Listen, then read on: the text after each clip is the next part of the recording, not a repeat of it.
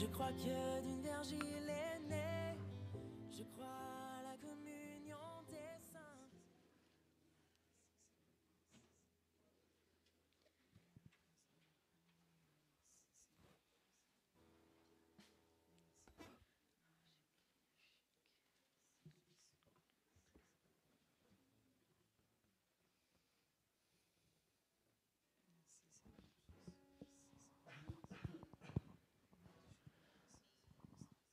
Bonjour et bienvenue à la chapelle évangélique Pentecôte ce matin.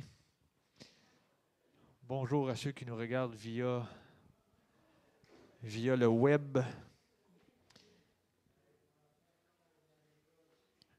J'espère que vous êtes reconnaissants pour la vie ce matin, pour la santé que Dieu nous donne. Puis, ce matin, prenons le temps de se concentrer sur Dieu, l'auteur et le créateur de tout. Puis qu'on oublie les tracas de la semaine, qu'on mette ça de côté puis qu'on se concentre sur le roi des rois, le Seigneur des seigneurs, qu'on prenne le temps de le louer, l'adorer. La parole nous dit que tout ce qui respire loue l'Éternel. Fait que vous respirez un matin, vous n'avez pas le choix de louer.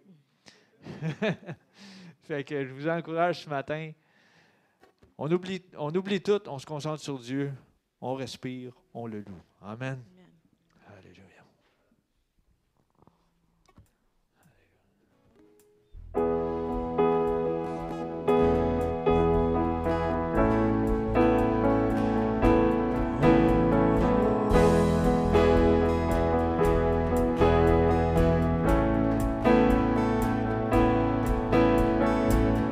Me voici dans ta présence, pensant à tout ce que tu as fait, attendant patiemment pour entendre encore une fois ta voix.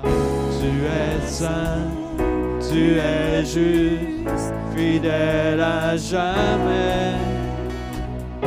Seigneur, Sauveur, Rédempteur, ami tu es. Je veux t'adorer pour qui tu es. Je veux t'adorer pour qui tu es. Jésus, je veux t'adorer. Je veux t'adorer pour qui tu es. Je veux t'adorer pour qui tu es. Je veux t'adorer pour qui tu es.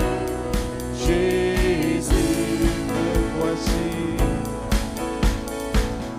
me voici dans ta présence, pensant à tout ce que tu as fait, attendant patiemment pour entendre encore une fois ta voix. Tu es saint, tu es juste, fidèle à jamais. Seigneur, Sauveur, Rédempteur, ami, je veux t'adorer pour qui tu es. Je veux t'adorer pour qui tu es. Je veux t'adorer pour qui tu es. Jésus, je veux t'adorer. Je veux t'adorer pour qui tu es. Je veux t'adorer pour qui tu es. Je veux t'adorer pour qui tu es. Jésus, mon refuge, tu me rassures, ton amour dure toujours. Mon refuge,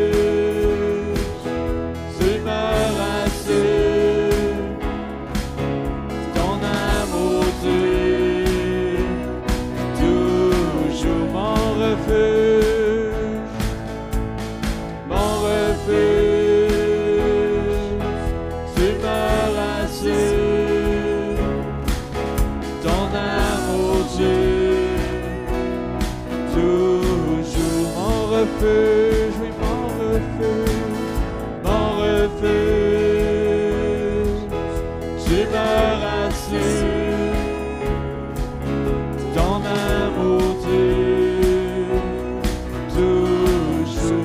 veux t'adorer, je veux t'adorer pour qui tu es. Je veux t'adorer pour qui tu es. Je veux t'adorer pour qui tu es. Jésus, je veux t'adorer, je veux t'adorer pour qui tu es.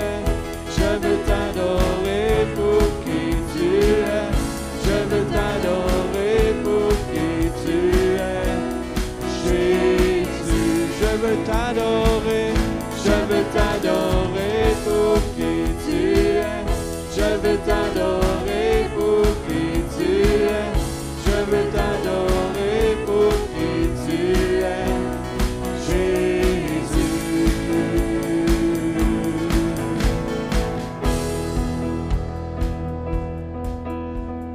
Jésus, que ton règne vienne, ta volonté soit faite en nous.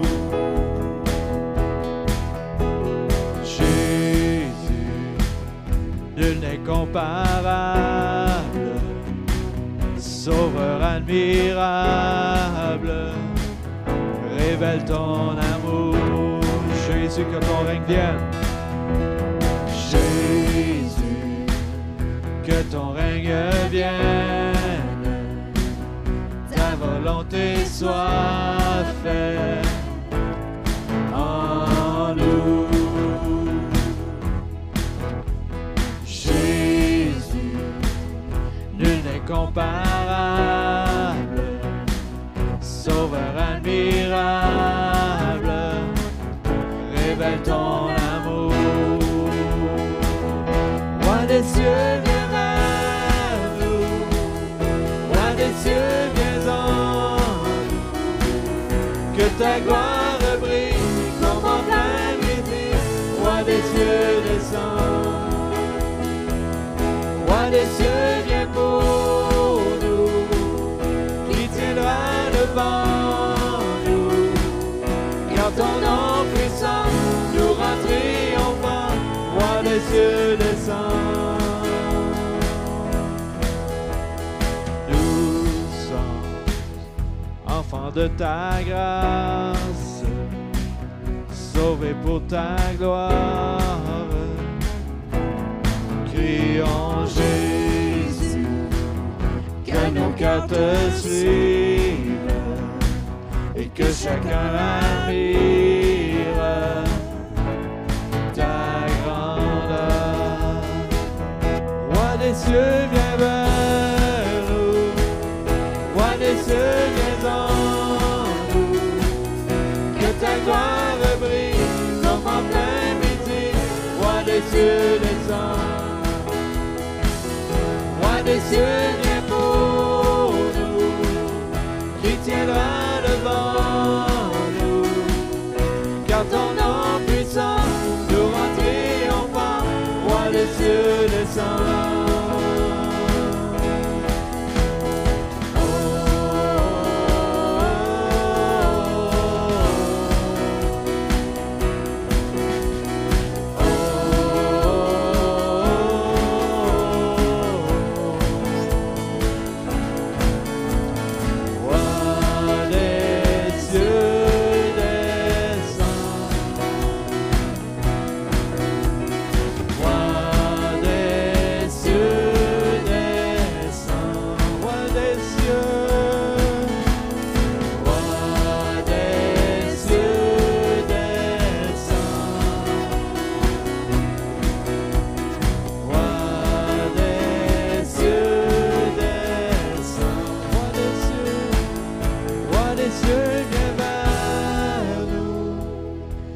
Des cieux, viens en nous.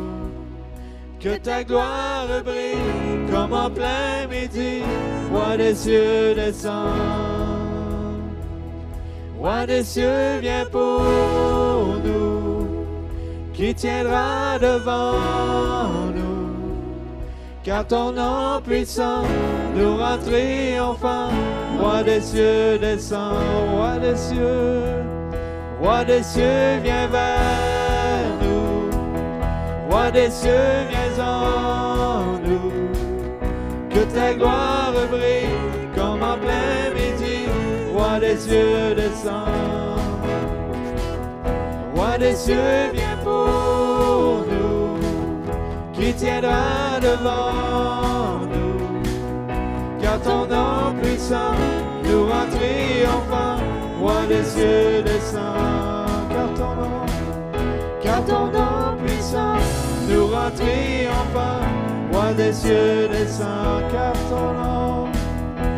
ton nom puissant nous rend triomphants.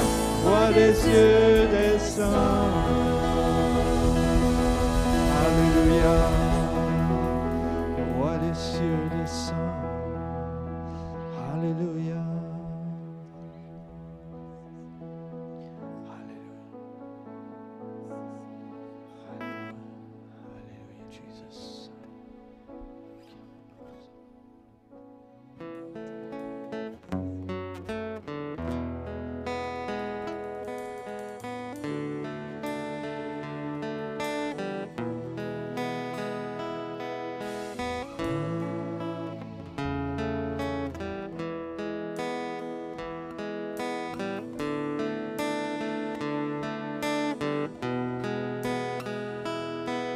Je sonde l'univers,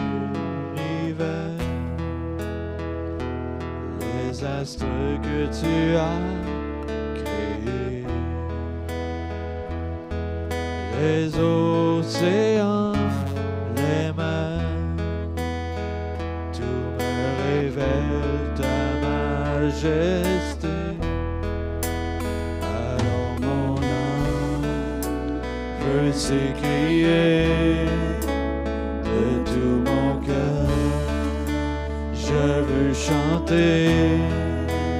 Oh Dieu, tu es infiniment grand, éternel puissant, roi majestueux. Oh Dieu, tu es infiniment grand, éternel puissant, roi majestueux.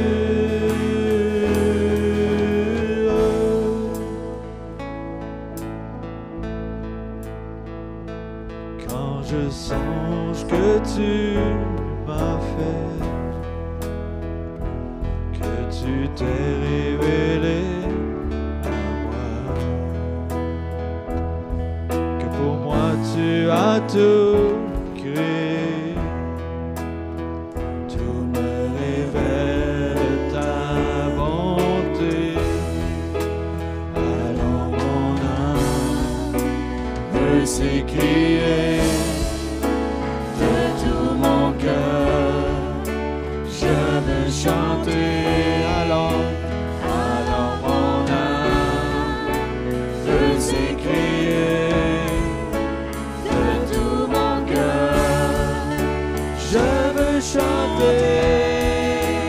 Oh Dieu, tu es infiniment grand, éternel puissant, roi majestueux. Oh Dieu, tu es infiniment grand, éternel puissant, roi majestueux. Oh Dieu, tu es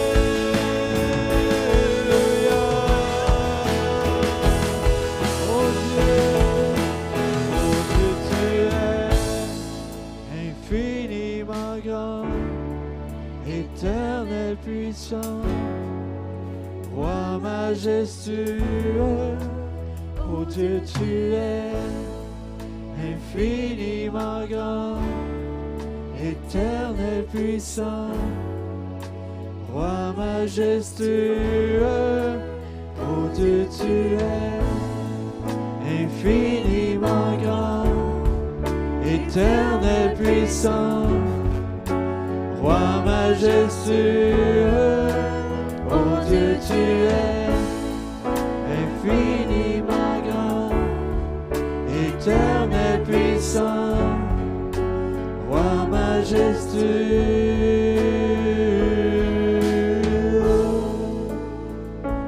Alléluia. Oh, tu es merveilleux. Alléluia. Oui, tu es infiniment grand. Grand je suis, le roi des rois.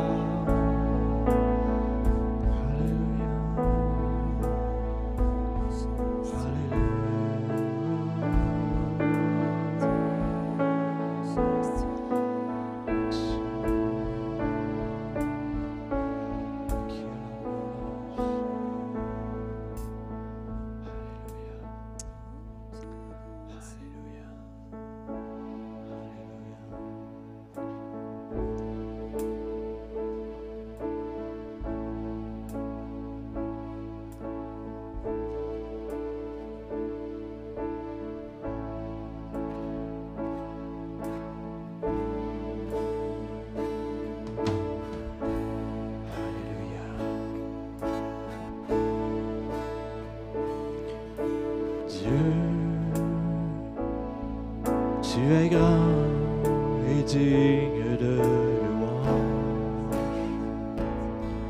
Dans la cité de Dieu, la ville sainte,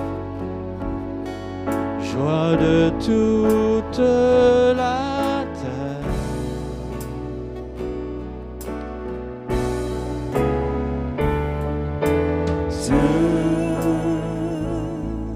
Tu es grand, toi qui nous donnes la victoire. Tu nous aides à vaincre l'ennemi. Nous plions le genou.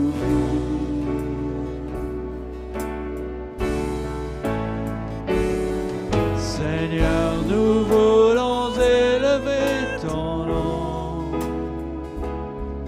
Et nous te disons merci pour ce que tu fais dans nos vies.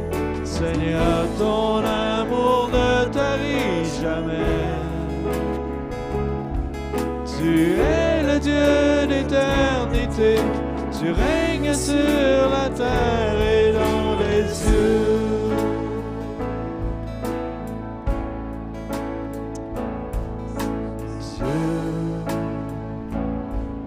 Tu es grand et digne de louange. Dans la cité de Dieu, la ville sainte, joie de toute la terre.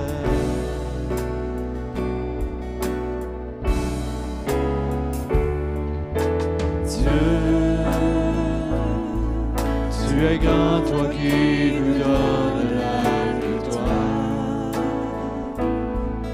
Tu nous aides à vaincre l'ennemi.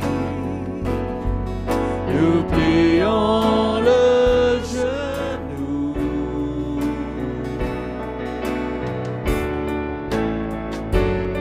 Seigneur, nous voulons élever ton nom. Et nous te disons merci pour ce que tu fais dans nos vies. Seigneur, ton amour ne tarit jamais. Tu es le Dieu d'éternité. Tu règnes sur la terre et dans les cieux. Seigneur, Seigneur, nous voulons élever ton nom. Et nous te disons merci pour ce que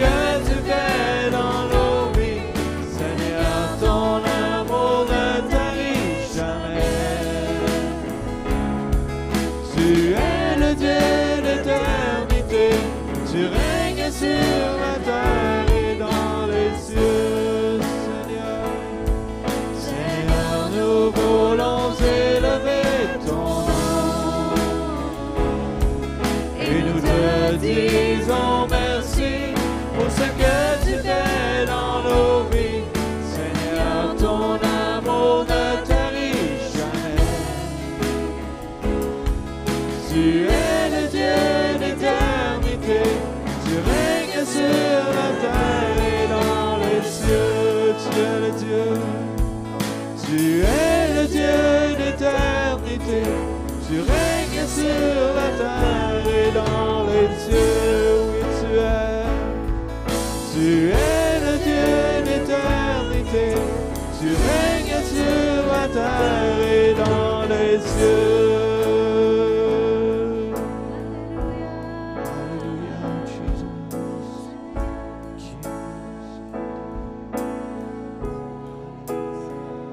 Merci. Merci, Seigneur, pour ton œuvre dans nos vies. Alléluia. Toute gloire te revient ce matin. Tout honneur te revient. Roi des rois, Seigneur des seigneurs. Tu es le grand je suis. Celui qui nous a aimés le premier. Tu es le commencement et la fin. Alléluia. Alléluia.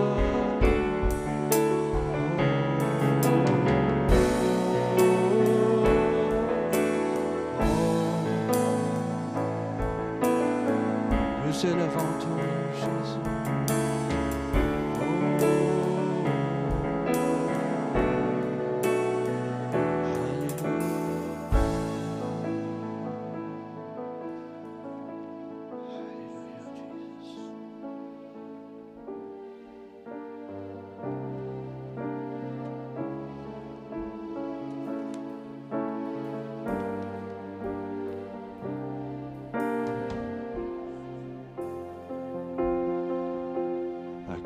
De qui tu es, je te donne gloire. À cause de qui tu es, je loue ton nom. À cause de qui tu es, j'élève la voix et je dis, Seigneur, je t'adore. À cause de qui tu es, Seigneur, je t'adore, à cause de qui tu es. À cause de qui tu es, je te donne gloire. À cause de qui tu es, je loue ton nom.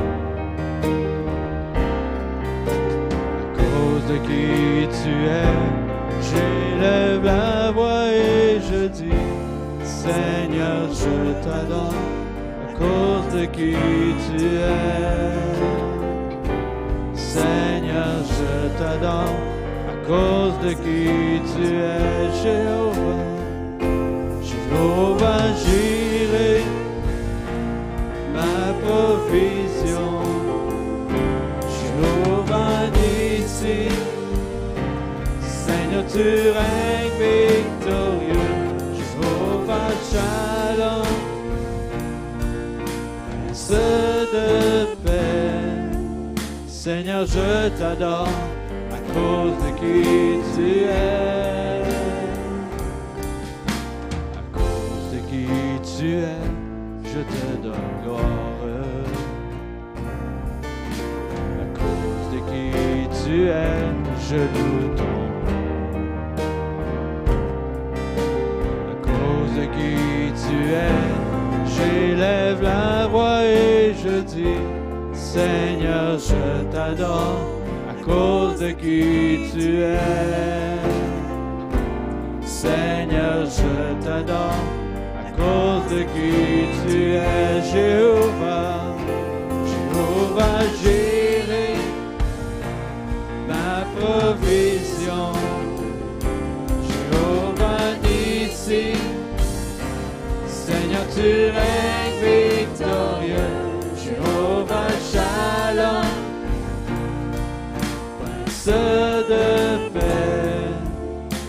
Seigneur, je t'adore à cause de qui tu es, Jéhovah. Jéhovah Jireh, ma provision. Jéhovah Nissi, Seigneur, tu règnes victorieux. Jéhovah Shalom, Prince de paix. Seigneur, je t'adore à cause de qui tu es. À cause de qui tu es, je te donne gloire. À cause de qui tu es, je loue ton nom. À cause de qui tu es, j'élève la voix et je dis, Seigneur, je t'adore à cause de qui tu es. Seigneur, je t'adore à cause de qui tu es. À cause de qui tu es. À cause de qui tu es, je te donne gloire. À cause de qui tu es, je loue ton nom. À cause de qui tu es, j'élève la voix et je dis, Seigneur, je t'adore à cause de qui tu es. Seigneur, je t'adore à cause de qui tu es. Oui, Seigneur. Seigneur, je t'adore à cause de qui tu es. Seigneur, je t'adore à cause de qui tu es.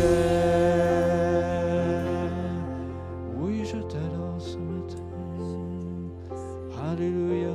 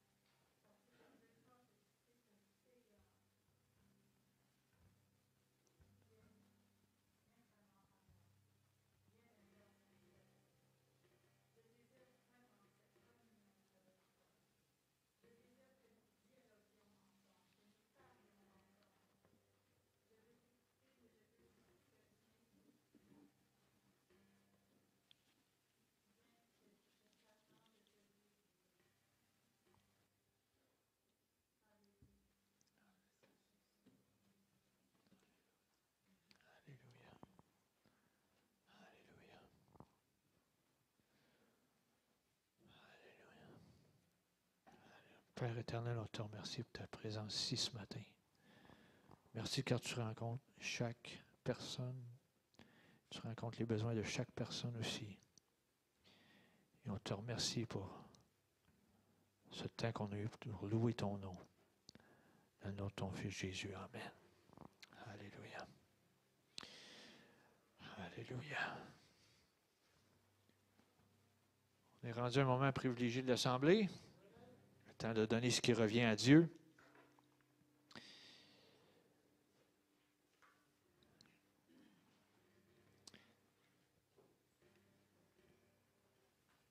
Cette semaine et peut-être dans les quelques semaines à venir, je vais prendre le temps de vous parler sur la semence. Le printemps, c'est peut-être synonyme avec le temps des semences. Puis, si tu ne sèmes rien, tu ne récoltes rien. Okay? C'est un principe qui marche dans le naturel, mais qui marche autant dans le spirituel aussi. J'ai sorti un verset assez simple dans Marc 4, chapitre 4, verset 3. C'est le début de la parabole du semeur, mais ça dit « Un semeur sortit pour semer ». Il n'y a pas beaucoup de versets dans ce fameux... pas beaucoup de paroles dans ce fameux verset-là. Il n'est pas très long. Mais un semeur sortit pour semer. Le semeur a fait quoi? Il a fait une action. Il a décidé de faire quelque chose. Il a décidé de mettre de la semence en terre. Puis la plupart des choses qu'on fait dans la vie, c'est une décision qu'on fait.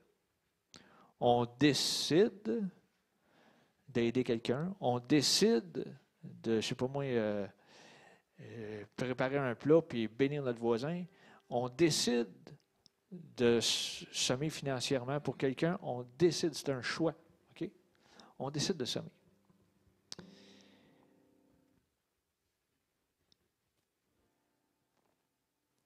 Fait que je résume comme ceci. Tu peux semer du temps pour servir les autres. Tu peux semer des dons, soit un cadeau ou de l'argent. Puis tu peux semer aussi d'aimer les autres. Tu sais, des fois, des gens autour de nous autres, on ne le réalise pas, mais ils ont besoin d'être aimés. Ils ont besoin qu'on les écoute. Mais tu dis, comment que je fais? On ne peut même pas toucher personne. Oui, c'est vrai. Mais si des fois, tu arrives auprès de quelqu'un, puis la personne elle se met à déballer son sac devant toi, est-ce que tu vas prendre le temps d'écouter? Ou est-ce que tu vas juste regarder ta montre et dire, c'est long ton affaire? T'sais? Non. Tu sais, le principe de semer, là, ça s'applique dans plusieurs sphères de notre vie. Fait que prenons le temps de semer si on veut voir des récoltes. Fait que je pourrais en parler longuement ce matin, mais je m'arrête là-dessus. On sème tout ce que j'ai nommé. On sème ce qui revient à Dieu. Puis on s'attend à Dieu, on ne s'attend pas aux hommes, on s'attend à Dieu qui va avoir une récolte. Okay? Fait que prenons comme habitude de semer chaque jour de notre vie. Puis à un moment donné, tu vas avoir des récoltes qui vont rentrer, tu vas dire, comment ça se fait? Mais c'est parce que j'ai été obéissant au cours des semaines, des mois, des années, des dizaines d'années peut-être. Puis là, paf, tu dis, voyons donc, je ne l'ai pas vu venir. Non, tu ne l'as pas vu venir parce que c'est Dieu qui l'a fait. Fait que ce matin, j'invite les préposés à s'avancer, s'il vous plaît.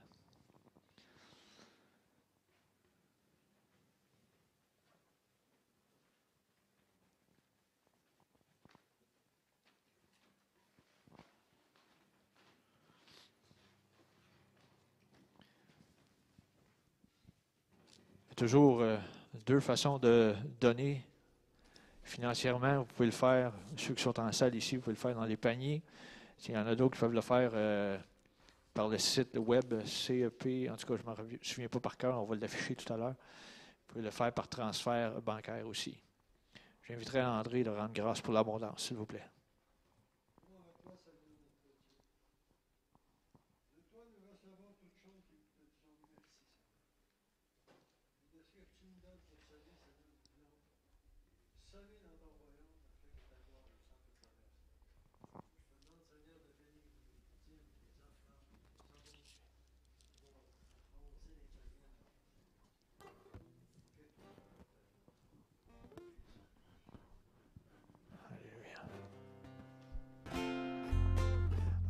cause de qui tu es, je te donne. À cause de qui tu es, je loue ton nom. À cause de qui tu es, j'élève la voix et je dis, Seigneur, je t'adore. À cause de qui tu es, Seigneur, je t'adore. À cause de qui tu es, Jéhovah, Jéhovah Jireh, ma provision, Jéhovah Nissi, Seigneur, tu règnes victorieux, Jéhovah Shalom, Prince de paix, Seigneur, je t'adore. À cause de qui tu es, à cause de qui tu es, je te donne gloire. À cause de qui tu es, je loue ton nom. À cause de qui tu es, j'élève la voix et je dis, Seigneur, je t'adore. À cause de qui tu es, Seigneur, je t'adore. À cause de qui tu es.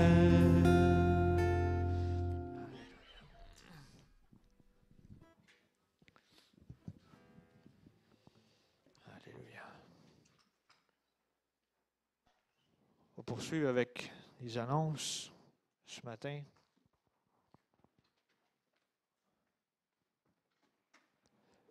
OK, c'est l'adresse que je cherchais tantôt, cepgranby.outlook.com. On peut continuer. Anniversaire cette semaine, Marie-Lou Lampron, juste là.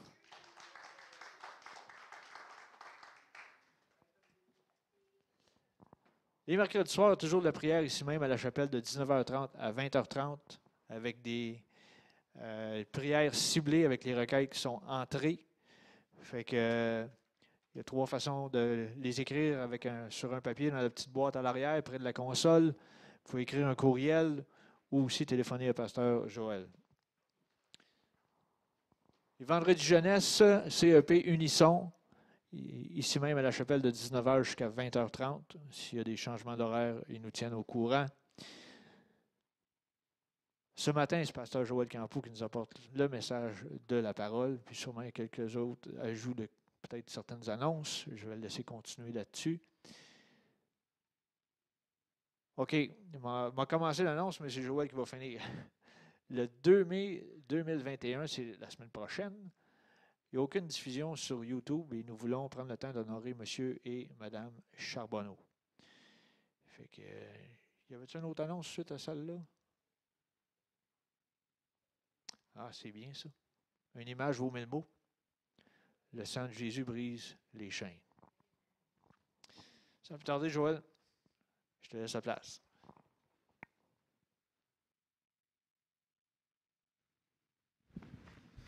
Oui, ça ne change pas grand-chose. Bonjour. Alors, pour continuer dans les annonces que Donald a commencé, la semaine prochaine, donc dimanche le 2 mai, on a réussi, après torture de M. et Mme Charbonneau, de les faire venir ici. Ça ne fut pas facile, mais la semaine prochaine, on était pour faire une célébration, mais par vidéo Teams. Mais là, finalement, ils vont être ici. Donc, M. et Mme Charbonneau vont être ici avec quelques membres de la famille aussi proches de M. et Mme Charbonneau. Donc, la semaine prochaine, c'est sûr que ce ne sera pas filmé. Il va y avoir louange, il va y avoir probablement la communion, il va y avoir ensuite les vidéos de montage qu'on a reçues avec, je ne vous volerai pas tout le punch, là, mais on a plein de beaux vidéos qu'on a reçues de plein de gens qui sont venus ici, des prédicateurs dans les dernières années qui ont fait des beaux vidéos pour M. et Mme Charbonneau. Je pense que ça va vraiment leur faire plaisir à eux. Donc, si vous pouvez être ici, venez en grand nombre. D'après moi, on va remplir vraiment toute la salle, mais on va se distancer comme on peut. Après ça, on en mettra en bas s'il faut, mais c'est ça. Donc, la semaine prochaine, c'est vraiment une réunion différente, mais c'est comme une réunion, en réalité, il va y avoir louange, donc n'arrivez pas en retard. Il va y avoir aussi, comme je vous dis, communion et ensuite le montage vidéo pour honorer M. et Mme Charbonneau. Donc ça, c'est pour la petite annonce que Donald avait commencé tantôt. Là, moi, je suis vraiment content qu'il soit là en personne. Parce que, tu sais, en vidéo, c'est... conférence, c'est le fun, même année. C'est le fun quand on est en vrai. Amen? Fait que ça, c'est pour ça. C'est ma première petite annonce. Deuxième petite annonce, les gens ont vu en arrière qu'il y avait des items artisanaux sur la table en arrière. C'est Christian qui les a faites. Donc, c'est quoi cette affaire-là? C'est pour des aumônes désignés. Il y a des gens présentement dans le besoin dans l'Église qui ont besoin.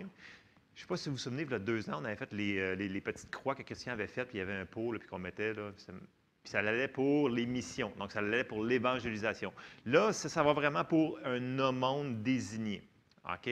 Donc, s'il y a quelque chose là-dedans qui fait votre affaire, donc vous mettez l'argent, il y a comme des prix que Christian il a comme indiqué là, dans le pot en arrière. Ça ne sera pas là longtemps, on voulait le mettre dans la bibliothèque, mais il n'y a pas d'espace, on le met en arrière là. Donc, ce n'est que temporaire, c'est juste pour montrer ce que Christian y a fait et on s'en sert pour un aumône, donc des gens dans le besoin. Je répète, des gens dans le besoin, vraiment besoin. Vous savez, dans les temps qu'on vit dans le COVID, il y a des gens qui ont des besoins. Et là, on veut rencontrer des besoins spécifiques, c'est pour ça que c'est là. Donc, puis je vous conte une petite anecdote comme ça. Là, André est dans le bureau, fait que je peux le stouler. Quand on avait fait les petites croix, vous souvenez-vous des petites croix? Moi, je passais à côté des petites croix, puis moi, je ne suis pas vraiment petite croix. Okay, en passant, je ne mets pas de collier et ces affaires-là. Mais, fait que là, André, il passe à côté du pot, il dit « Hey, c'est vrai, c'est l'affaire pour l'émission. » Fait que là, il sort un 10$, il met 10$ dans le pot, puis il me donne une croix. Il dit « Tu la donneras à ta fille. » Là, je fais comme... Il avait compris qu'on avait un besoin pour les missions. Fait que là, j'ai dit, bien, je vais faire la même affaire. Fait que moi, j'ai touché mon portefeuille, j'ai pris de l'argent, j'ai mis de l'argent dedans, j'ai pris une petite croix et je l'ai donné à quelqu'un d'autre. Dans le sens que ce que je vous dis, c'est que même si vous autres, ça ne vous interpelle pas de porter ou de mettre des cadres comme ça, mais si vous l'avez à cœur, juste si vous l'avez à cœur, de donner des aumônes, bien, mettez le prix ou donnez-le à quelqu'un ou mettez juste de l'argent dans le pot, ça s'en va directement en aumône désigné. OK? Fait que c'est ma petite parenthèse pour ce matin, pour les petites annonces. Ça va? Amen? OK. Ce matin, j'ai un message un petit peu différent, comme d'habitude. Je l'ai intitulé « La volonté de Dieu ». OK? Puis, on va partir en prière avant parce qu'il y a des choses là-dedans qu'il faut qu'on démélange. Donc, on va demander au Seigneur qu'il nous aide à nous démélanger. Amen? On va partir en prière. Seigneur, on te remercie ce matin parce qu'on peut entendre ta parole. Parle à nos cœurs, ouvre les yeux de nos cœurs, Seigneur. Mets une garde à ma bouche, Seigneur. Puis, Seigneur, fais-nous comprendre ce que tu veux nous dire par ta parole ce matin. On te demande ton aide dans le nom de Jésus. Amen. Si je vous demandais ce matin, chacun d'entre vous, on ferait un tour de table, et je vous demandais quelle est la volonté de Dieu pour votre vie, pour votre voisin, pour votre famille, pour vos enfants, pour plein de choses, j'aurais des réponses excessivement différentes. Si je vous le dis, j'aurais des réponses vraiment, vraiment différentes. Parce que la volonté de Dieu est souvent associée à les expériences qu'on a eues ou qu'on n'a pas eues avec le Seigneur. Et, veut pas, aussi, dans l'Église en général, la tradition, la religion nous a enseigné des choses sur Dieu qui ne sont pas nécessairement en ligne avec sa parole. Et ça l'a formé notre caractère, notre foi, nos opinions sur ce que est la volonté de Dieu pour nos vies, la volonté des gens qu'on aime. Vous me suivez? Mais le point final est que la volonté de Dieu, c'est ce que Dieu a marqué dans sa parole. OK? On ne peut pas y aller par « ouais, mais moi, je ne l'ai pas vécu, ça ne marche pas, et à cause que je ne l'ai pas vécu, ce n'est pas sa volonté. » Mais si Dieu dit que c'est sa volonté, ça veut dire que c'est sa volonté. Et on va commencer à medler là-dedans, faire un medley. Je ne sais pas si ça se dit, non, ça ne se dit pas en français. Mais bon, OK. Fait que je vais sortir des mots québécois, anglais puis français ce matin. Vous allez me suivre quand même. Ce n'est pas en espagnol. Puis, je vais vous faire un petit background pour vous expliquer un peu où est-ce que je m'en vais. Bon. Ceux-là qui me connaissent, vous savez que j'ai travaillé la plupart de ma vie dans des boutiques de ski alpin et de vélo. OK? Donc, j'ai fait ça pendant environ un bon 26-27 ans. Professionnellement, j'étais dans ce domaine-là. Et je vais vous conter des anecdotes sur les gens qui font du vélo, mais qui en font beaucoup. OK? Donc, les gens qui font beaucoup de vélo, là, ils ne vont pas s'acheter un vélo à 200$. Ils vont s'acheter des vélos à plusieurs milliers de dollars. Ceux-là qui en font en compétition, ça va monter dans des dizaines de milliers de dollars. Puis quand on est rendu niveau olympique, c'est 20 000$ environ, grosso modo. Donc, j'ai travaillé avec ça pendant bien des années. Et j'avais beaucoup de gens qui, parce qu'ils font du vélo, ont des opinions sur la mécanique. Alors, je vous donne des exemples. J'avais beaucoup de clients du Centre national de cyclistes à Bromont. Vous connaissez le vélodrome. Donc, l'équipe canadienne vient souvent, dans une année, s'entraîner là. Et là, bien entendu, vu que c'est les meilleurs cyclistes de la planète, ils croient qu'ils connaissent tous sur la mécanique. Et il y a un gros problème avec ça, c'est qu'il y en a qui connaissent absolument rien. C'est pas parce que tu t'entraînes 5 heures par jour, 6 fois par semaine, que tu sais comment arranger ton vélo. Et je vous donne un exemple. Il y en avait un qui pensait qu'il cassait toujours ses chaînes parce qu'il y avait des grosses jambes. Je sais que ça semble bizarre, mais lui, son expérience, un vélo, ça casse, la chaîne, elle casse à cause que j'ai des grosses jambes. Fait que lui, là, c'est sûr, c'est de la physique, c'est de la mathématique. Le problème était, c'est que lui qui faisait sa mécanique lui-même, il rivait toujours la chaîne de la mauvaise manière. Parce qu'il y a une manière de river une chaîne, OK?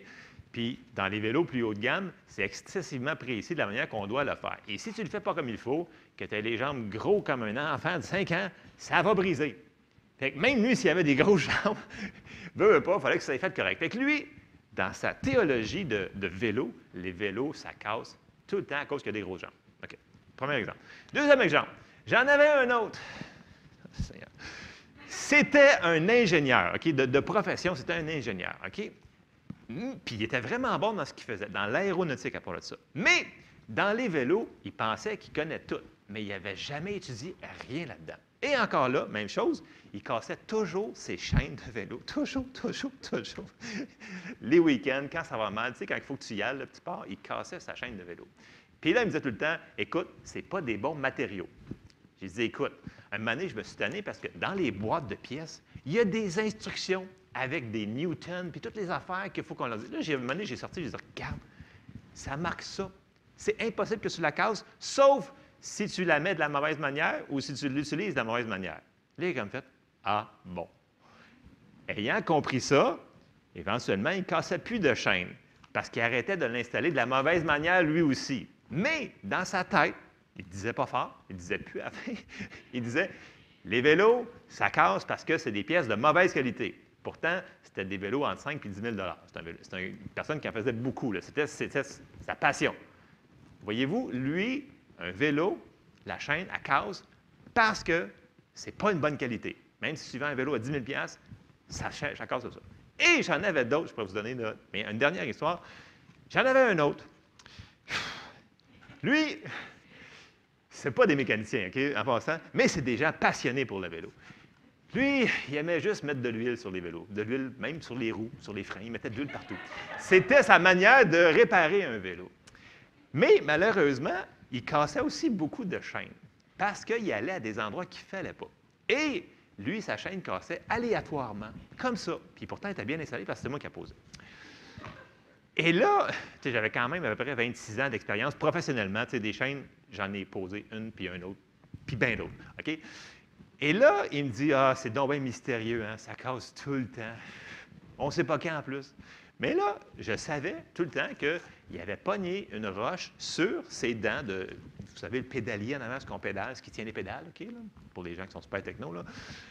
Il y a des gears là-dessus avec des petites dents, là. Puis quand on frappe une roche, puis la dent est croche, là, bien, la chaîne, c'est une question de temps avant qu'elle meure. C'est pas si elle va mourir, c'est dans combien de kilomètres qu'elle va mourir. Et lui, il se promenait avec son vélo dans des endroits comme ça. Puis il frappait toujours son pédalier. Et la chaîne mourait tout le temps. Donc, lui, le vélo, c'est le mystère insondable de la vie que ça va casser.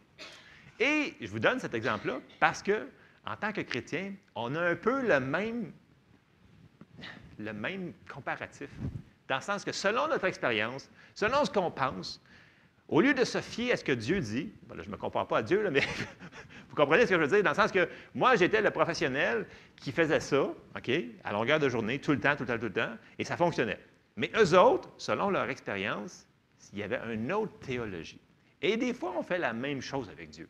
On dit, ah, Dieu, à cause que j'ai vécu ça, bien, ça ne s'applique pas pour moi, parce que probablement que c'est mystérieux. Mais ce n'est pas comme ça. Et ce matin, là, on va rentrer dans plein de versets. J'espère que vous êtes réveillés ce matin, parce que j'ai beaucoup de versets.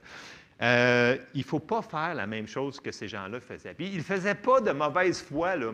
Pour eux autres, ils étaient convaincus que c'était comme ça, la vie. Et ce n'était pas comme ça, la vie. Je peux vous le dire, j'en ai trop vu pour vous dire que ce n'est pas comme ça. Donc, on va aller voir ce matin, premièrement, qui est Dieu, ses caractéristiques, ce que lui, il dit de lui-même. Si lui, il dit, ça veut dire que c'est comme ça. C'est comme le manuel d'instruction. Okay? Si le manuel d'instruction qui a fait la chose, bien, si ça dit que c'est comme ça, c'est comme ça. C'est comme ça qu'il faut le voir. Et ça devient que, même si, je le répète, on n'a peut-être pas vécu la situation ou vécu la situation différente à ce que la parole de Dieu dit, ça ne change pas que la parole va avoir autorité par-dessus notre situation. Je sais que ce n'est pas facile des fois, puis des fois, on ne comprend pas. On ne comprend pas qu'on a des grosses jambes et qu'on perd les choses. Mais ça se peut-tu que des fois, on ne comprenne pas tout pareil, mais qu'on n'a pas le droit de changer le manuel d'utilisation? On en va embarquer dans les versets. Vous allez voir où est-ce que je m'en vais. OK. Dieu, il se décrit de plusieurs manières dans la Bible. On l'a vu dans les semaines précédentes. Je vais retourner dans quelques points pour être sûr qu'on ait ça ancré dans le fond. Il faut toujours qu'on se dise, OK, il faut qu'on reste où est-ce que Dieu nous a dit qu'il a dit qu'il était. Il faut, ce que j'appelle, rester du côté de Dieu. Si Dieu nous dit que c'est comme ça, même si on ne comprend pas. Vous savez, des fois, pensez à un petit enfant, on n'a pas besoin de comprendre pour obéir. Je sais que des fois, c'est dur sur l'orgueil, là, mais on n'est pas obligé de tout comprendre pour le faire. Bon, j'embarque des versets, puis vous allez comprendre. OK, on va commencer par Psaume 107 au verset 1. Ça nous dit que Dieu, il est bon. Psaume 107, 1, ça dit « Louez l'Éternel, car il est bon, car sa miséricorde dure à toujours. » Fait que Dieu, il est bon tout le temps, qu'on le ressente ou qu'on le voit ou non, Dieu il est bon. Amen? Première affaire. Deuxième chose, 1 Jean 4, 8, ça nous dit « Celui qui n'aime pas n'a pas connu Dieu, car Dieu est amour. » Pas Dieu a de l'amour, Dieu est amour. Donc, qu'on le sente ou qu'on le voit pas, Dieu est amour tout le temps. Ça ne change pas. Amen? Je continue. Dans Romains 15, au verset 33, ça nous dit que le Dieu de paix soit avec vous tous. Amen. Dieu, c'est un Dieu de paix. Que l'on ressente ou non, qu'on le voit ou non, Dieu est toujours un Dieu de paix. Je continue. Romains 15, 13. Que le Dieu de l'espérance, Dieu de l'espérance, vous remplisse de toute joie et de toute paix dans la foi, que vous abondiez en espérance par la puissance du Saint-Esprit. Dieu est le Dieu d'espérance tout le temps. Qu'on le ressente ou qu'on ne le ressente pas, qu'on le voit ou qu'on ne le voit pas, c'est toujours le Dieu d'espérance. Amen? Je continue. Exode 34, au verset 5. On l'avait vu la semaine dernière ou avant-dernière. Verset 5, ça nous dit « L'Éternel descendit dans une nuée, se tint là auprès de lui, devant Moïse, et proclama le nom de l'Éternel. Et l'Éternel passant devant Moïse, devant lui, et s'écria « L'Éternel, l'Éternel Dieu miséricordieux et compatissant, lent à la colère, riche en bonté et en fidélité, qui conserve son amour jusqu'à 1000 générations, qui pardonne l'iniquité, la rébellion et le péché, mais qui ne tient point le coupable pour innocent, qui punit l'iniquité des pères sur les enfants et sur les enfants des enfants jusqu'à la 3e et à la 4e génération. » Je retourne à mon verset 6. Dieu miséricordieux, compatissant. Donc Dieu, c'est un Dieu de miséricorde. Tout le temps. Il l'a dit, il l'a proclamé, je suis un Dieu de miséricorde. Qu'on le sente, qu'on l'ait vu, qu'on ne l'ait pas vu, ça reste qu'il est toujours un Dieu de miséricorde. Il est bon, il est amour, il est paix, il est espérance, il est miséricorde. Et là, ce qu'il a dit, ça ne change pas, peu importe ce qui arrive. Dans Malachie 3, 6, ça nous dit ceci. « Car je suis l'Éternel, Je ne change pas. Pourquoi qu'il aurait besoin de changer s'il est parfait? Ça veut dire dans le sens que si tu es parfait, tu n'as pas besoin de changer. Si tu es rendu là, tu es là. Fait que s'il nous dit « je ne change pas ». Donc, peu importe la situation que l'on fait face, ou que l'on a fait face, ou qu'on a vécu, ou qu'on vit présentement, ça ne change pas que Dieu est bon, que Dieu est amour, Dieu est espérance, Dieu est paix, Dieu est miséricorde. OK? Fait que ça ne change absolument rien. Je sais que des fois, les circonstances qu'on vit semblent contraires à ce qu'on vient de lire. Mais, ça se peut qu'on ne comprenne pas tout, mais si on donne un petit peu de temps pour comprendre, peut-être, donnons une chance. OK? On va continuer. Puis là, c'est sûr qu'il y en a qui vont me dire « Ouais, mais tu sais, si Dieu il est vraiment comme ça, tu sais. Moi, je ne le vois pas comme ça parce que, écoutez, si on ne comprend pas une situation, là, moi, je vais vous donner, écoutez, si on ne comprend pas une situation, concentrons-nous sur ce que l'on connaît, ce que l'on peut faire de la situation. Si on se concentre sur ce que Dieu nous a donné comme lumière et on arrête de se concentrer sur les choses qu'on ne connaît pas, qu'on ne comprend pas, bien, on va s'en sortir plus rapidement et ça va être, je ne vous dis pas que la situation va être facile, mais vous allez passer au travers beaucoup plus rapidement. Si on se concentre toujours sur les choses qu'on ne connaît pas, puis on focus sur ce que, ah, si je savais ça, il me semble que c'est sûr que Arrêtez, il faut arrêter. Les choses qu'on ne connaît pas, laissez-les de côté. Concentrez-vous sur ce que vous savez. Dieu, c'est un Dieu qui en donne. Puis si on est fidèle avec les petites choses, il va nous en donner plus. C'est de la manière qui fonctionne. Fait que, utilisons ce qu'on a. Utilisons la foi qu'on a, utilisons les moyens qu'on a, utilisons ce qu'il nous a donné, puis après ça, Dieu va nous en racheter par-dessus. Amen? Donc ça, c'est un principe qu'il faut vraiment mettre en application. Et là, je vais embarquer dans quelque chose qui n'est vraiment pas populaire dans l'Église, puis qui est malheureusement qui est enseigné partout, je vous dirais, mais ce n'est pas la vérité. Et je vais vous dire quelque chose, puis si vous voulez me lapider par après, vous viendrez, ça ne me dérange pas. Dieu n'est pas en contrôle de tout. OK? Et je sais que là, ça va contraire contre quasiment 90% de ce qui a été enseigné dans l'Église, mais ce n'est pas biblique. Il n'y a aucun endroit qui nous dit que Dieu est en contrôle de tout. Et on va trouver des versets pour vous prouver le point. Et vous ferez votre opinion par rapport à ça. OK? Si on recule au début, là, puis là, je vais condenser, je vais mettre des versets, mais je vais le condenser quand même. On retourne au commencement, Genèse, OK? Quand Dieu il a créé l'homme, il lui a donné toute autorité sur toute la terre. OK? Et là, on va commencer à lire dans Genèse 1, 28. Il va falloir que vous me suiviez parce que je vais le condenser pour comprendre ce que je veux vous expliquer. Genèse 1, 28. Dieu il parle à Adam et à Ève. Il dit, Dieu les bénit et il leur dit, « Soyez féconds, multipliez, remplissez la terre. » Et dans la Louis II, ça dit, « Assujettissez et dominez sur les poissons de la mer, sur les oiseaux du ciel, sur tout animal qui se meut sur la terre, sur toute la terre. » Donc, il leur a donné un commandement. Il a dit, « Assujettissez et dominez. » Dans l'hébreu, c'est un petit peu plus sévère que ça. Je l'ai quand même sorti dans la Bible du Sommeur. Je ne sais pas s'ils sont capables de le mettre en arrière. Guys, je ne sais pas si vous êtes capables. Mais dans la Bible du Sommeur, ça dit, « Dieu les bénit en disant, « Soyez féconds, multipliez-vous, remplissez la terre, rendez-vous en maître et dominez. » Donc, Dieu, au début, quand il a créé Adam et Ève, il leur a donné toute la domination sur toute la terre. C'était eux les boss. Tout ce qui se passait par eux autres. C'était eux les chefs. C'est dans le langage original. Donc, c'était eux. Mais, tout le monde le sait, il y a eu une petite erreur énorme, c'est qu'ils ont désobéi à Dieu. Et en faisant ça, ils ont tout perdu de leur autorité. Et là, j'avais, ah oui, pour de vrai? Oui. Et on va aller le voir dans le Nouveau Testament. Puis là, je le condense, je vais juste prendre à peu près 3-4 versets pour vous le prouver. Là.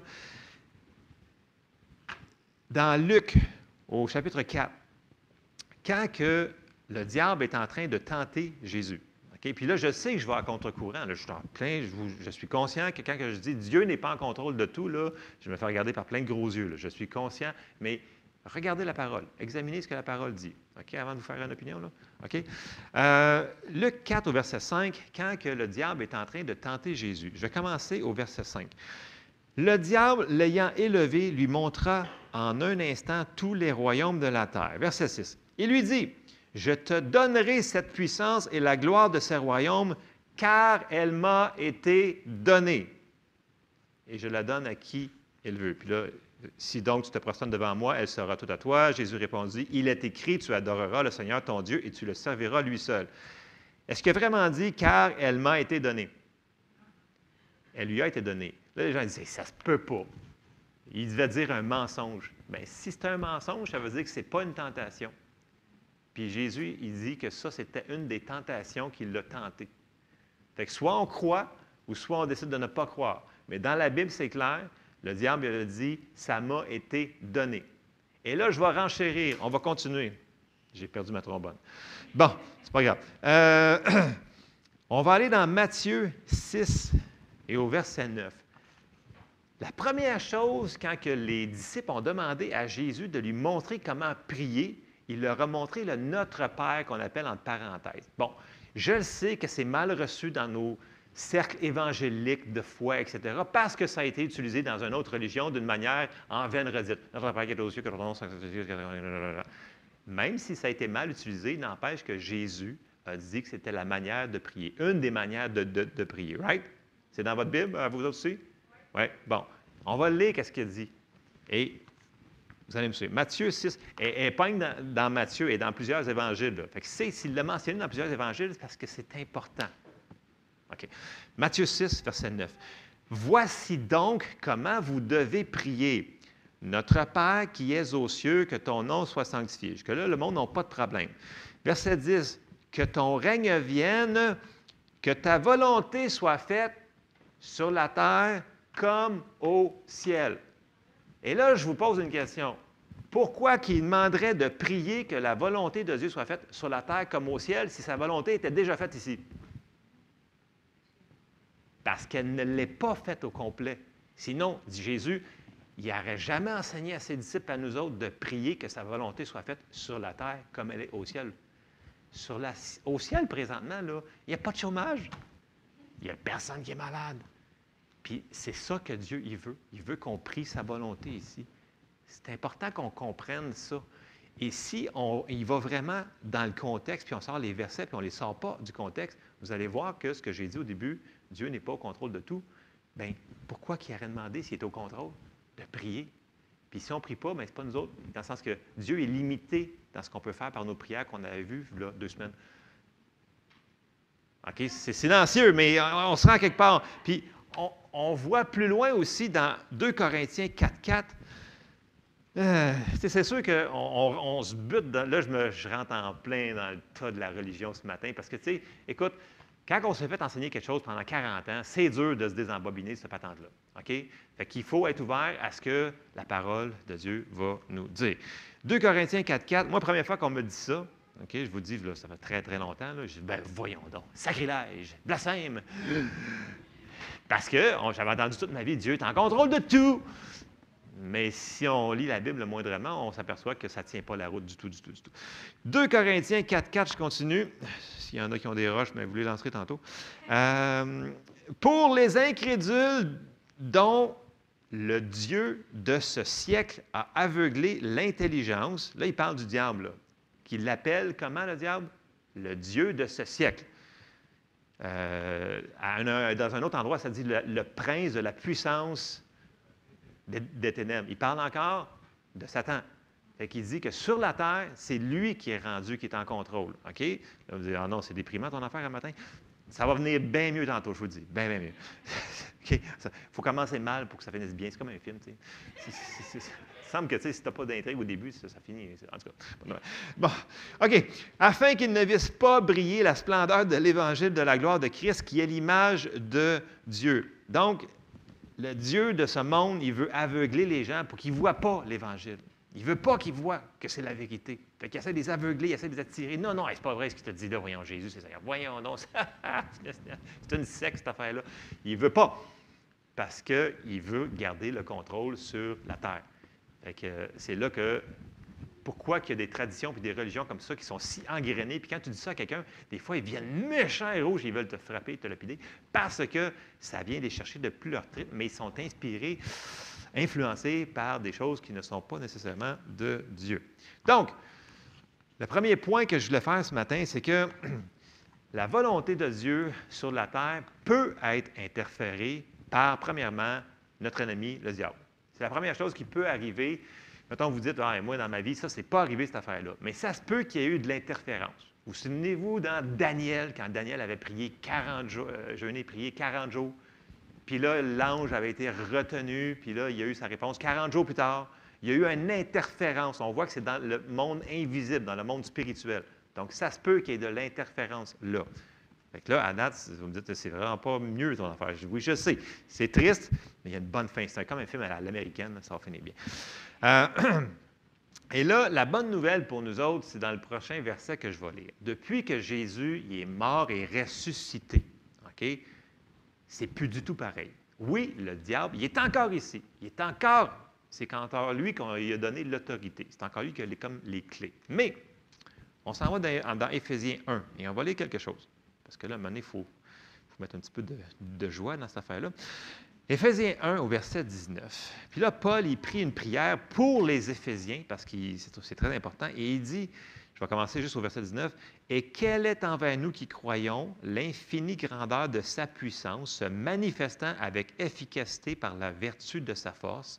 Il l'a déployé en Christ en le ressuscitant des morts et en le faisant asseoir à sa droite dans les lieux célestes, au-dessus de toute domination, de toute autorité, de toute puissance, de toute dignité et de tout nom qui peut être nommé non seulement dans le siècle présent, mais encore dans le siècle à venir. » Verset 22. « Il a tout mis sous ses pieds, il l'a donné pour chef suprême à l'Église, qui est son corps, la plénitude de celui qui remplit tout en tous. » Ce qu'il vient de dire, grosso modo, il dit que Dieu a mis Jésus, le chef de tout, au-dessus de tout nom qui peut être nommé, de toute autorité, et qu'il est le chef de l'Église et du corps.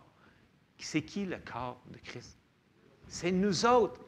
Fait qu'il est le chef du corps, puis il a donné autorité à Jésus. Il est au-dessus de tout. Fait que ça veut dire qu'en tant que chrétien, en tant que personne qui est sauvée, on a autorité sur l'ennemi. Dans le sens que un non-chrétien, c'est pas pareil. L'ennemi peut faire pas mal qu'est-ce qu'il veut avec. OK? Mais en tant que chrétien, nous avons autorité sur toute la puissance de l'ennemi. Pas juste une affaire.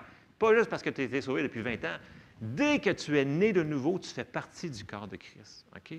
Puis, le plus petit chrétien qui se sent faible a autorité sur n'importe quelle chose de l'ennemi. OK? Et c'est ça la bonne nouvelle. C'est qu'on fait partie du corps de Christ, qui est notre chef. Donc, il a tout mis sous ses pieds. Donc, les pieds sont dans le corps. OK? Fait qu'en dessous des pieds, là, on est rendu pas mal bas, là. OK? Fait que ça veut dire qu'en tant que chrétien, nous, on a autorité contre l'ennemi. OK? Il y a juste une chose, par exemple, c'est qu'on a des choses à faire pour collaborer avec Dieu. OK? Donc, on a vu qu'il y avait de l'interférence des fois, mais on a quelque chose à faire des fois pour cette interférence-là, pour qu'elle cesse. Pas tout le temps, mais des fois, c'est le cas. Et je vous embarque dans Jacques 4, 7, qu'on a vu aussi dans les dernières semaines et qu'on a vu souvent, qui nous dit « Soumettez-vous donc à Dieu et résistez au diable et il fuira loin de vous. » Ça s'applique à n'importe quel enfant de Dieu qui est né de nouveau. Si on résiste l'ennemi, il fuira. Et dans le grec, c'est plus fort que ça, de la manière qu'il dit, le mot utilisé, là, et il fuira loin de vous, là, ça dit s'enfuir, s'échapper, prendre la fuite, se sauver, connotation d'avoir peur. L'ennemi, quand il voit un chrétien qui prend son autorité en Jésus, il s'en va. C'est ce que la parole de Dieu nous enseigne à travers tout le Nouveau Testament. Dans l'Ancien Testament, c'était différent, ils n'étaient pas sauvés. Jésus n'était pas encore venu. Mais nous autres, en tant que chrétiens, on a cette autorité-là. Et si nous autres, on ne le fait pas, parce que Dieu nous a donné cette charge-là, mais qui c'est qui va le faire? Ça veut dire que sa volonté sur la terre ne sera pas faite. Parce que s'il nous dit à nous autres, résiste l'ennemi, puis tu ne le fais pas, bien, Dieu vient de te donner la charge de le faire. Donc, sa volonté sur la terre ne sera pas faite si on ne fait pas notre boulot. Vous me suivez? Donc, c'est pour ça que je vous dis, je sais que Dieu est omnipotent, omniscient, il peut tout, il connaît tout, il peut tout faire, il est tout puissant dans le sens que, oui, il peut tout faire selon ce qui s'est limité par sa parole. Dans le sens que s'il avait donné l'autorité à Adam, puis Adam, il l'a donné au diable, bien, nous autres, à cette heure, il faut qu'on vive avec ce qu'il nous a dit de faire, c'est de résister l'ennemi, entre autres. Donc, on a plein de choses à faire qu'il faut qu'on fasse, qu'on avait parlé. Entre autres, il faut prier. On l'a vu dans Notre Père. On doit prier que sa volonté soit faite sur la terre comme au ciel, mais aussi, il faut le résister. Donc, ça, c'est la première interférence qu'on pourrait avoir à faire si on voit des choses dans notre vie qui ne sont pas tout à fait 100% en ligne avec la parole de Dieu. La deuxième chose, parce que là, on se souvient que Dieu, il est bon. Dieu, il est amour. Dieu, il est paix. Dieu, il est miséricorde. OK? Vous êtes encore d'accord avec ça? C'est encore dans la Bible? All right, super. La deuxième interférence, bien, c'est nous autres. C'est notre volonté. Parce que Dieu nous a fait libres. Et là, les gens vont dire, « Ah, mais là, quand même, Dieu peut toujours passer par-dessus toi. » On a des petits problèmes avec ça. C'est que la parole ne nous dit pas la même chose. Et on va aller voir quelques versets. Dieu a créé tous les humains libres de choisir. Il va toujours les encourager à faire les bons choix, mais il ne peut pas outrepasser leur volonté. Et ça, encore là, ça a été pas enseigné dans l'Église parce que les gens se sont dit, écoute, Dieu, il est tout-puissant, il peut tout faire, puis s'il veut que tu donnes ta dîme, tu vas la donner, puis s'il veut que tu fasses faire ça, il va te faire ça. J'ai un problème avec ça. C'est que tous les versets contredisent ce que tu viens de dire. OK? On va aller voir dans la Bible. Deutéronome, au chapitre 30 et au verset 19. Dieu, il parle, il dit, « J'en prends aujourd'hui à témoin contre vous le ciel et la terre. J'ai mis devant toi la vie et la mort, la bénédiction et la malédiction. Je suis au contrôle de tout, fait que ce qui t'arrive, ainsi sera. » Non, pas en tout ce qu'il a dit. Il a dit, « Choisis la vie afin que tu vives, toi et ta postérité. » Est-ce qu'on a un choix là-dedans? Il semblerait que oui. Puis, tu sais, quand le premier commandement, là, « Honore ton père et ta mère, afin que tu vives vieux, que tu sois heureux sur la terre. » Mais ça veut dire que si tu ne le fais pas, peut-être que tu ne seras pas aussi heureux puis tu vas vivre moins longtemps sur la terre. Je vous lance des versets comme ça. OK, on va continuer.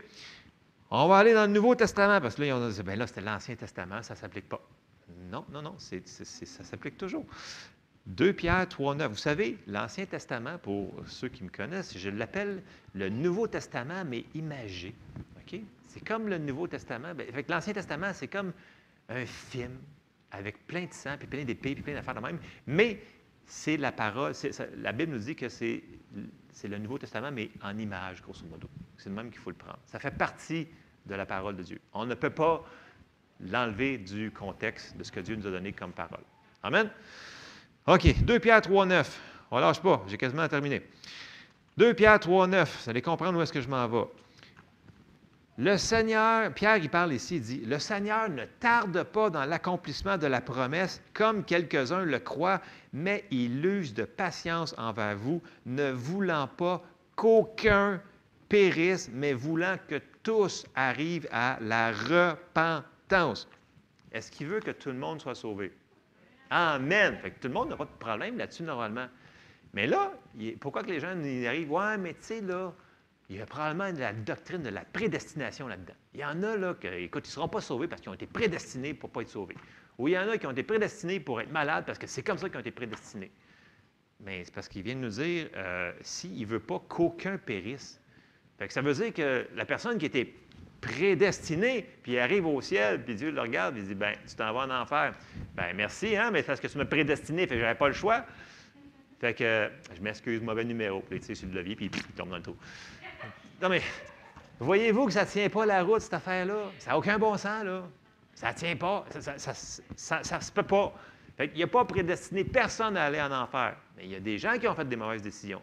Puis, aujourd'hui même, là, aujourd'hui, ce dimanche, 25 avril, est-ce qu'il y en a des gens qui vont mourir et qui vont aller en enfer? Oui. Est-ce qu'il y en a des gens qui vont rejeter la parole de Jésus? Oui. Est-ce qu'il y en a qui vont l'accepter? Oui. Il y a un choix là-dedans. Là. Puis Dieu, il dit, je ne veux pas qu'il n'y en ait aucun qui périsse, mais il y en a qui périssent pareil. Fait que, est-ce que Dieu est en contrôle de tous ceux-là qui s'en vont en enfer? Non, parce qu'ils ont une volonté. C'est leur décision.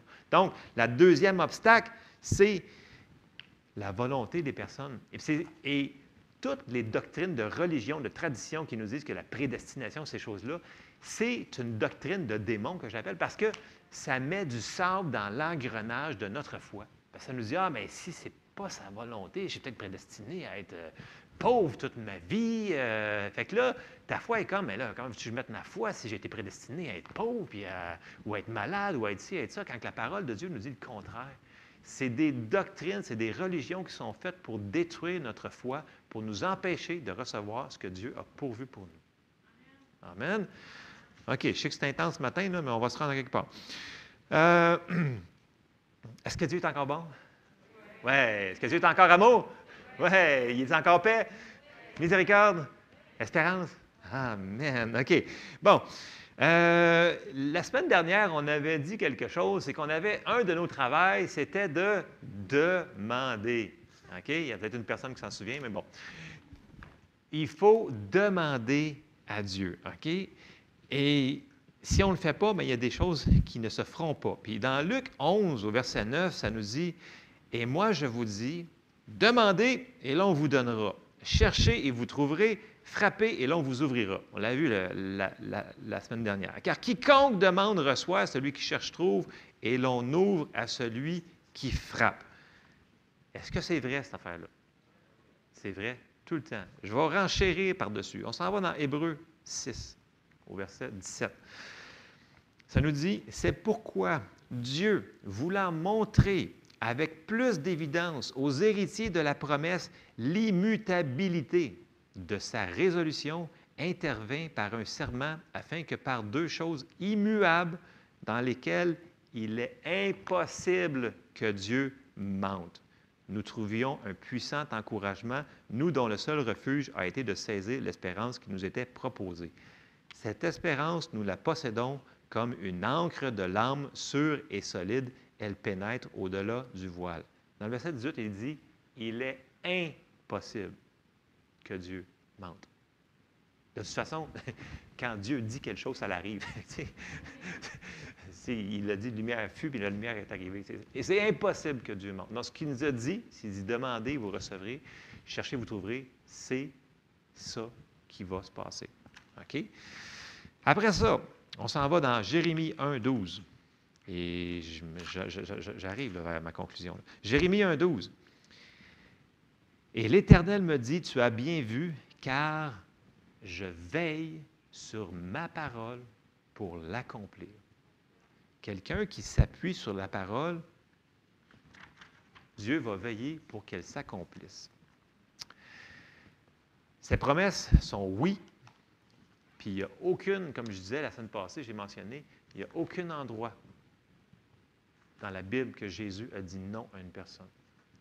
Ses promesses sont oui et amen. Et ça, c'est dans 2 Corinthiens 1, 19, qui nous dit, « Car le Fils de Dieu, Jésus-Christ, qui a été prêché par nous au milieu de vous, par moi et par Sylvain et Timothée, n'a pas été oui et non, mais c'est oui qui a été en lui, car ce qui concerne toutes les promesses de Dieu, c'est en lui qu'est le oui.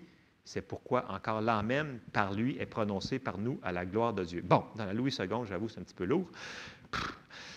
J'ai sorti la Bible du sommaire pour éclairer un petit peu. Là. Au verset 20, ça nous dit « Car c'est en lui que Dieu a dit oui à tout ce qu'il avait promis. » C'est un petit peu plus clair dans la sommaire. OK? Fait que Dieu, il a dit oui à toutes les promesses qu'il nous a données. Fait que s'il nous a donné une promesse, c'est parce qu'il veut l'accomplir dans notre vie. Amen? Bon. Là, on sait que tout ce qu'il nous a promis, c'est sa volonté.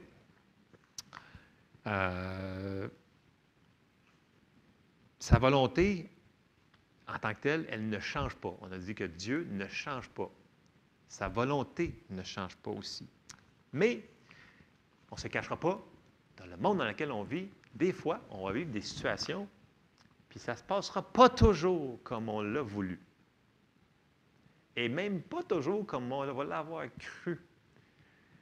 Et c'est là qu'il faut être ouvert à toujours rester, ce que je disais tantôt, rester du côté de Dieu. Dans le sens que, OK, il y a une situation qui arrive, ça me dit que c'est pas comme ça dans la Bible que ça serait supposé d'être. Mais même si je ne comprends pas, je vais rester du côté de Dieu. Et là, je vais vous envoyer dans le sens que ça se peut que Dieu réponde à notre prière d'une manière infiniment au-delà de ce que notre super intelligence génialissime puisse penser. Ça se peut-tu? Que Dieu va répondre à ta prière pareil, mais d'une manière que tu n'aurais jamais pensé? Ça vous est-tu déjà arrivé? Moi, ça m'est déjà arrivé plein souvent. J'étais sûr que j'ai demandé de clair précis, puis c'est arrivé. J'étais comme, ben oui, c'est arrivé. J'avais jamais pensé que ça ferait de même, par exemple. Ça se peut que des fois, qu'on ne comprenne pas toute la manière que Dieu va le faire accomplir, mais il va veiller sur sa parole pour qu'elle arrive quand même. OK? Et là, il faut que je finisse. Proverbe 3, au verset 5, vous le connaissez, on le sait, mais il faut qu'on s'en souvienne. Ça nous dit, « Confie-toi en l'Éternel de tout ton cœur et ne t'appuie pas sur ta sagesse. » Je sais que tu es super intelligent, tu as 14 bacs, 14 diplômes, mais tu ne pourras jamais comprendre tout ce que Dieu va faire, parce qu'il en sait pas mal plus que nous autres. OK? On ne change jamais la parole de Dieu. Dieu est amour, Dieu est paix, Dieu, c'est la même chose. Mais ça se peut qu'on ne comprenne pas toujours de la manière qu'il va le faire accomplir. OK? Verset 6, « Reconnais-le dans toutes tes voies et il aplanira tes sentiers. » Amen? Ça s'en vient encourageant, le film, là. OK? Dans le sens que ça va bien aller. OK? Dieu va aplanir les sentiers en avant de nous. OK? Fait que ça se peut des fois que soyons ouverts à recevoir de Dieu la même chose qu'on a demandé. On ne fait pas de compromis, mais ça se peut que ça arrive d'une manière différente. Ou combien de fois que c'est arrivé par une... C'est Dieu qui est notre ressource, mais c'est arrivé par une personne. La réponse est arrivée, puis la personne, elle arrive, puis ta réponse est arrivée par une autre personne. Ça peut arriver. Ne limitons pas Dieu dans la manière qu'il va agir dans sa prière. Il va toujours accomplir sa parole. OK? Mais il faut être ouvert. Et Paul trouvait ça tellement important qu'il a fait 3 prières très spécifiques dans la Bible qui ont rapport à ça. J'en ai sorti juste une, c'est dans Éphésiens 3. Paul, il priait pour l'Église d'Éphèse. OK? Puis là, il leur dit, je vais commencer la prière de Paul au verset 13. Donc, Éphésiens 3, 13.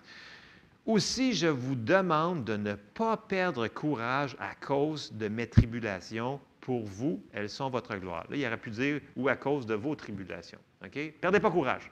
C'est ça qu'il veut dire. OK? Après ça, il dit « À cause de cela, je fléchis les genoux devant le Père, duquel tire son nom toute famille dans les cieux et sur la terre, afin qu'il vous donne, selon la richesse de sa gloire, d'être puissamment fortifié par son esprit dans l'homme intérieur. » OK? On sait qu'on est 3 parties. On est un esprit, nous avons un âme et nous vivons dans un corps. Et si on comprend qu'on est un esprit, ça se passe en premier dans l'homme intérieur qui appelle l'homme intérieur ici. Okay. Donc, fortifié par son esprit dans notre homme intérieur. Verset 17. « En sorte que Christ habite dans vos cœurs par la foi, afin qu'étant enraciné et fondé dans l'amour, vous puissiez comprendre avec tous les saints quelle est la largeur, la longueur, la profondeur, la hauteur, et connaître l'amour de Christ qui surpasse toute connaissance, en sorte que vous soyez remplis jusqu'à toute la plénitude de Dieu. Or, à celui qui peut faire, par la puissance qui agit en nous, infiniment au-delà de tout ce que nous demandons ou pensons, à lui soit la gloire dans l'Église et en Jésus-Christ, dans toutes les générations, au siècle des siècles. » Soyons prêts au infiniment, au-delà de tout ce qu'on peut demander ou penser. Soyons prêts. Il est comme ça. C'est le Dieu que l'on sert. Puis, je vais terminer sur ça. Écoutez, restons du côté de Dieu. Okay? Si vous retenez juste une affaire ce matin, là, restez du côté de Dieu. Okay? Dans le sens que il va y avoir des situations qui vont nous arriver, puis je vous le dis, ça va sembler contraire complètement. Ou les gens vont dire, écoute, ça fait 50 ans que je vis cette affaire-là, puis ça ne correspond pas. Lâche pas, continue. Dieu ne change pas. Il est bon, il est paix, il est miséricorde, il est espérance, et il ne changera jamais envers nous comme ça. Et il est fidèle. Il ne nous abandonnera jamais. Fait qu'on a cette assurance-là, on a tous ces versets-là qui nous disent, regarde, je suis avec toi pour toujours, je ne vous abandonnerai jamais, Jésus nous avait dit. Donc, soyons encouragés que même si on vit des choses des fois qui semblent être très difficiles, puis on vit des choses des fois qui sont difficiles, puis je ne vais pas prêcher sur les difficultés, c'est pas vrai, mais il faut s'accrocher que des fois, il se peut qu'il va falloir prendre une décision que même si on ne le voit pas, puis même quand tout semble le contraire, de prendre un petit recul, de dire, OK, Seigneur, je te fais confiance, je ne comprends pas, mais je sais que tu es bon avec moi. Je sais que tu es un Dieu de paix, que tu vas m'aider. Je sais que tes promesses sont oui et amen. Tu me l'as dit que c'est oui et amen. Je sais que tu me dis que la guérison, elle était là, elle m'appartient. La prospérité, elle est pour moi aussi. Donc, soyons de ce côté-là, mais soyons pas non plus arrêtés à ne rien faire. Si Dieu te donne une chose à faire, puis il te dit prie, puis tu ne comprends pas pourquoi, mais tu n'as pas besoin de comprendre, prie. Si Dieu dit résiste, résiste. Faisons au moins la partie que l'on voit que Dieu nous révèle. Amen. Je termine là-dessus, je sais parler. Merci Seigneur. Bon. Est-ce qu'il y a des roches qui vont arriver? Non? En tout cas, si vous en trouvez, vous m'en pitchez. Fait que je ne retire rien de ce que j'ai dit, parce que c'est ce qui est la parole. Je vais répondre tantôt, Monique. On va terminer en prière. Amen? OK. Seigneur, on te remercie pour ta parole qui est oui et amen. Seigneur, aide-nous à comprendre, Seigneur, toutes ces choses-là, qu'on puisse mettre ça en perspective, Seigneur, que tu es toujours bon avec nous, que tu es toujours patient, que tu ne nous abandonneras jamais, Seigneur. Et je te demande d'aider chacun de nous à marcher dans tes voies, Seigneur, puis vraiment à mettre notre confiance en toi à chaque jour dans toutes les situations. Et on te remercie, Seigneur, parce que tu es bon. Amen. Soyez bénis. Oui, Monique.